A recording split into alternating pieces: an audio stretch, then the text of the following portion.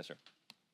How do you respond to critics like Tom Massey who have argued that this budget resolution will make the deficit worse, not better? And are you committed to having a vote today, or is that potentially going to get delayed? Yeah, so the budget resolution itself doesn't do any of that. The objective and our commitment has always been deficit neutrality. That's the goal here. If we can reduce the deficit, even better. But here's another thing everybody needs to consider. Not only are we working to find savings for the American taxpayer, to find a better, more efficient, more effective use of their dollars, which we are morally obligated to do, we also have a moral obligation to bend the curve on the debt.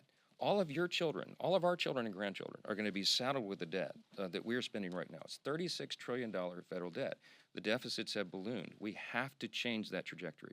Now, you don't turn an aircraft carrier on a dime. It takes miles of open ocean to turn an aircraft carrier because it's such a large vessel. I think the metaphor is obvious here. We can't do it all at once, but we're going to take a big bite out of that. We are going to make a big course correction in this process, and that's why the Republicans in the House and the Senate are so excited about this mission and what we can accomplish with it. So stay tuned on the details. We are going to do this methodically. We're going to do it in a very responsible manner, and we're going to achieve these goals. And we'll be working with all the members throughout the day to get to that. There may be a vote tonight. There may not be. Stay tuned. That's why you get paid. Hang around here. You'll have lots to report on. And what we're working on is to get to. We're working on that. On approps, I'll leave you with that. Our House Republican appropriators have been working very hard and in good faith to negotiate with our Democrat counterparts. The necessary step, as you know, for approps is to get to a top-line agreement.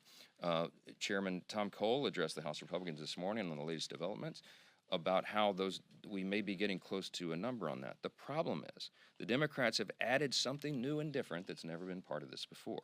They are trying to add to the appropriations bill a demand that they want us to somehow limit the ability of the executive branch to do its job. They want to tie the hands of the president on what he is able to do with the expenditures in the executive branch. That's never been done before.